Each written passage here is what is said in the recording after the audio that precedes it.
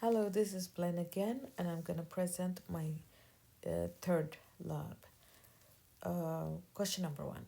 So, um, create a new table containing the category code and describe for the categories of books sold by Just Lee's Books. The table should be called category, and the column should be cat card and cat desk. The cat code column should store a maximum of two characters, and the cat desk column should store a maximum of 10 characters. So the prompt that we're going to create with this one, we're going to say create table category. I am using my name just so it's going to be different. It's going to be different. I know which one to screenshot. So we're going to create a table. So we're going to say create a table category, and then we're gonna do the cat we're gonna create the columns cat card. We're gonna put them in a bracket with character, two character, and then the cat desk with varchar to 10 characters. We're gonna create a put it in a quotation mark in brackets and semicolon. So when we run the prompt, it's gonna give us here. We have the table name is category, and then the two columns are there with their specifications. Number two, create a new table containing these four columns: emp, number, last name, first name, and job class. The title name should be employees. The job class column should be able to store character strings up to a maximum length of 4, but the column value shouldn't be padded if the value has less than 4 characters. The nth column contains a number ID and should allow a 5-digit number. Use a column size you consider suitable for the first and last name columns. Okay, so create a table employee. The nth number column is going to be numerical and it's going to have 5. The last name is going to be varchar 2, 10. I just felt 20 is good. First name varchar 2, 20 characters. Job class varchar 2, 4 characters. Put them in bracket, semicolon. So when we run it, that table is going to be like this with the the table name, employee, and the columns here and the specification as we see them. Number 3, add 2 columns to employees table. One column named emp date contain the date of the employee for each employee, and default value should be the system date. The second column named end date contains an employee's date of termination. So we're gonna alter the table. We created a table on the question number 1 and 2, and then we're gonna alter them now. So we're gonna say alter table employee. We're gonna add end date, default system update, and then end date, the date that the person stopped working. So when I did the screenshot for this one, I think I did it right after I deleted the column. So this is what I have. I'm sorry, but I did create that table and had the employment end date there. So number 4, modify the job class column of the employee table so that it will allow storing a maximum width of 2 characters. So we're gonna alter the job class.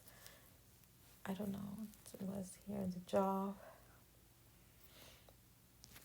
class had 4 at the top, and then we're gonna modify it to make it 2. So we're gonna say alter table employee, modify job class varchar 2 to have 2 characters. So we did that, and it's showing it right here with 2 characters. Okay, number 5. Delete the end date column from the employees table. Delete in and date column. So to do that, we're gonna alter the table employee, drop column and date. So when we drop it, it's not there.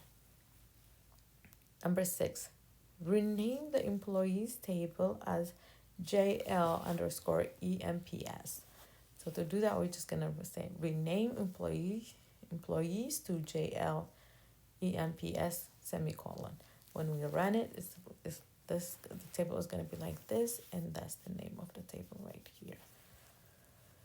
Number 7, create a new table containing these 4 columns from the existing books table. ISBN, cost, retail, and category. The names of the ISBN column should be ID, and the other columns should keep their original names. Name the new table book pricing. Okay, so we're gonna create a table, but we're gonna take information from the previous table. Create table book underscore pricing as select ISBN as ID, cost, retail, category from box, semicolon. So when we run it, that table is going to be here, book pricing with these columns right there. Number 8, mark the category column of the book pricing table as unused.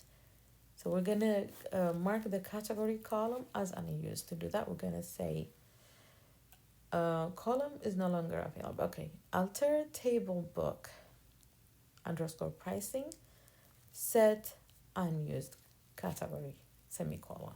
So when we run that alter the table, we're going to alter the table and set unused for the category column. So to verify it, when I describe the table, said describe book underscore pricing, this is what it came, and the category column is no more there.